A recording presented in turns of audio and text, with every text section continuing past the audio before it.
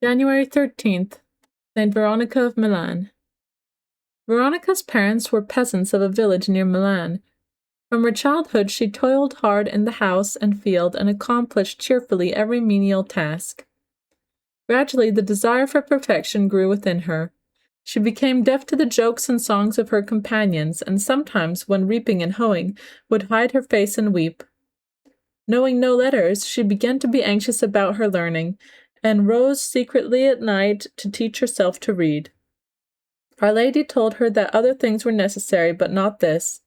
She showed Veronica 3 mystical letters which would teach her more than books. The first signified purity of intention, the second abhorrence of murmuring or criticism, the third daily meditation on the Passion. By the first she learned to begin her daily duties for no human motive but for God alone. By the second, to carry out what she had thus begun by attending to her own affairs, never judging her neighbor, but praying for those who manifestly erred. By the third, she was enabled to forget her own pains and sorrows in those of her Lord, and to weep hourly, but silently, over the memory of his wrongs. She had constant ecstasies, and saw in successive visions the whole life of Jesus, and many other mysteries. Yet by special grace neither her raptures nor her tears ever interrupted her labors, which ended only with her death. After 3 years' patient waiting, she was received as a lay sister in the convent of St. Martha at Milan.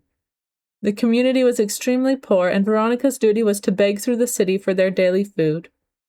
3 years after receiving the habit, she was afflicted with secret but constant bodily pains, yet never would consent to be relieved of any of her labors or to omit one of her prayers.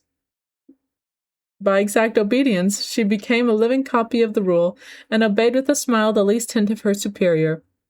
She sought to the last the most hard and humbling occupations, and in their performance enjoyed some of the highest favors ever granted to saint.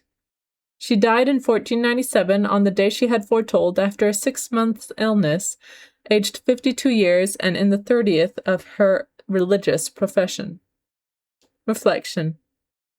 When Veronica was urged in sickness to accept some exemption from her labors, her one answer was, "I must work while I can, while I have time. Dare we then waste ours?" Ave Maria,